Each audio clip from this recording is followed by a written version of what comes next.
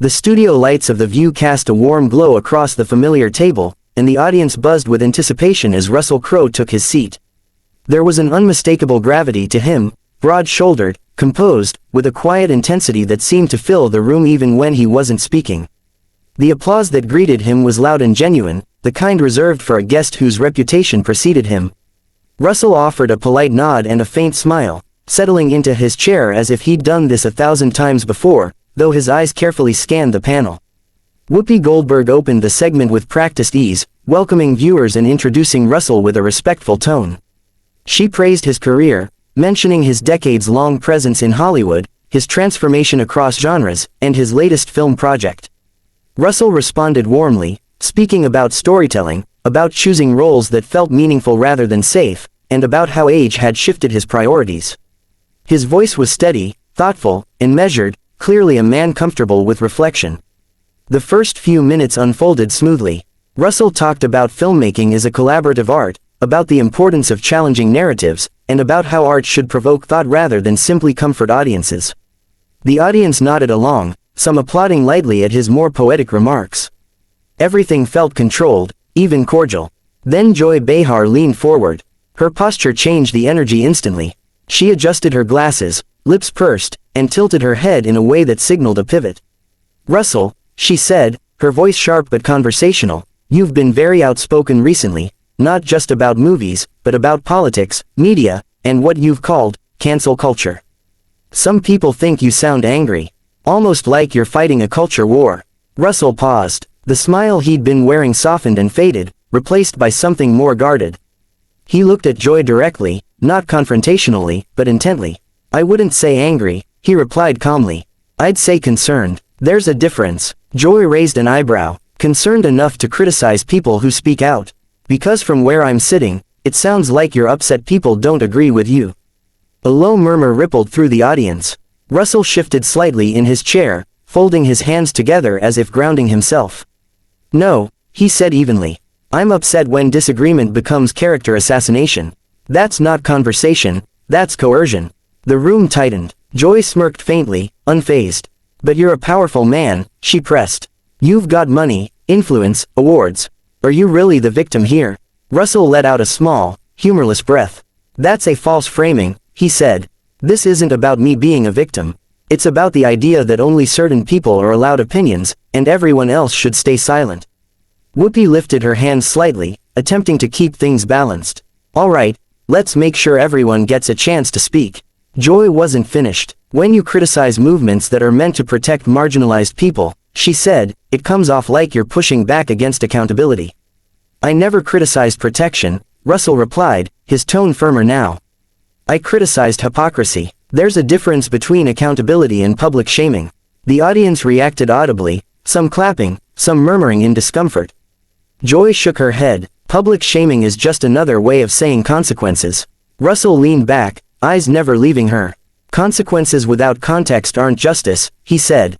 "They're spectacle." Joy laughed sharply. "Oh come on, you sound like someone who's mad the rules changed." Russell's jaw tightened, though his voice remained controlled. "No," he said, "I sound like someone who believes rules should be applied consistently." Sunny Hostin leaned in, sensing the escalation. "Russell, accountability is about power structures. When powerful people say harmful things, and who decides what's harmful?" Russell interrupted gently, but firmly. "That's the heart of the issue." The interruption drew a reaction from the audience, a mix of surprise and intrigue. Sunny frowned slightly but held her composure. "Society decides," she replied. Russell nodded slowly. "Society is not a monolith. It's a conversation, or at least, it should be." Joy scoffed. "That sounds nice, but it's unrealistic." Russell turned toward her again. "What's unrealistic is believing silencing people makes problems disappear." The temperature in the studio climbed. Producers behind the cameras exchanged uneasy glances. This was no longer a friendly debate, it was a philosophical standoff unfolding live. Joy crossed her arms. "So you think shows like this are part of the problem?" Russell hesitated, choosing his words carefully. "I think any platform, mine included, that talks at people instead of with them risks becoming part of the problem." The silence that followed was heavy. Even Whoopi paused, clearly weighing whether to redirect or let the moment breathe. The audience seemed frozen, caught between anticipation and shock. Joy leaned back slightly, eyes narrowing. That's a pretty bold accusation. The moment the tension tipped from uncomfortable to combustible, everyone in the studio felt it at once. The air seemed to thicken, as if the lights themselves were pressing down harder. Joy Behar let out a sharp laugh that carried more irritation than humor, shaking her head as she looked at Russell. "Oh please," she said. "You come on The View and lecture us about curiosity. That's rich." Russell straightened slightly in his chair. His posture changed, not aggressive, not theatrical, but unmistakably resolute. "Joy, I didn't come here to lecture," he replied evenly. "I came here expecting a conversation. What I'm getting is a prosecution." Joy scoffed. "That's absurd. No one's prosecuting you." Russell met her gaze, then stopped treating disagreement like a confession. A collective gasp rippled through the audience. Someone in the front row murmured, "Wow," under their breath. Whoopi Goldberg leaned forward, palms resting on the table. "Okay," Whoopi said, her voice calm but firm. "Let's dial this back a bit." But Joy was already wound up. "Russell, you've criticized media, activists, and entire movements.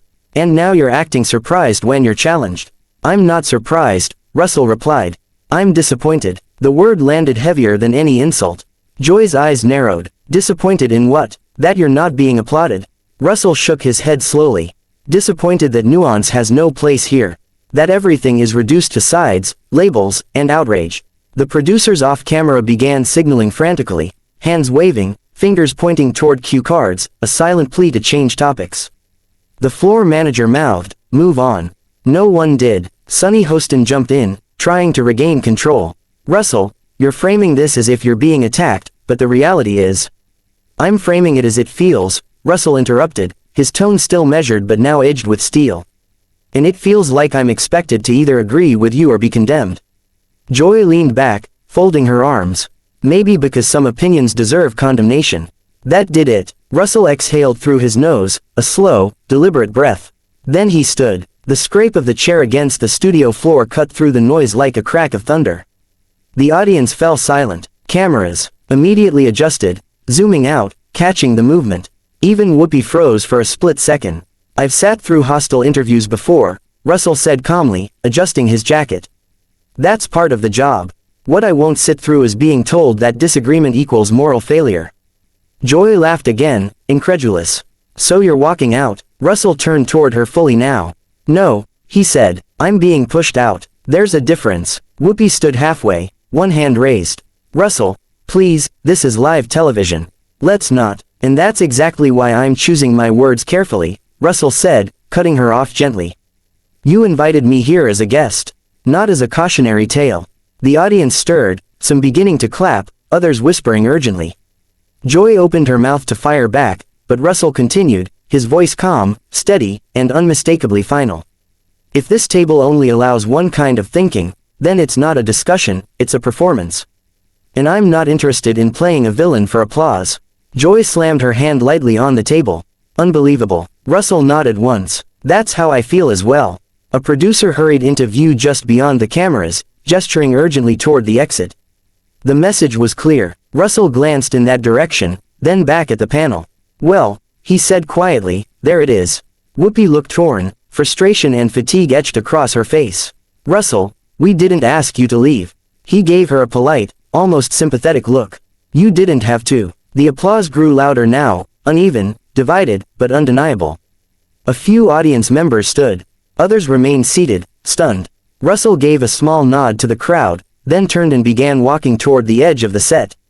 Cameras followed him instinctively, capturing every step. Joy muttered something under her breath, shaking her head furiously. "Typical," she said aloud. "Say something controversial, then storm off." Russell stopped mid-step and turned back one last time. The studio froze. "I didn't storm off," he said evenly. "I stood up." The line hit hard. The audience reacted instantly. Loud applause, a few cheers, audible gasps. Even some of the crew looked momentarily stunned. Russell didn't wait for a response. He turned and walked off set, disappearing behind the curtain as the studio erupted into chaos.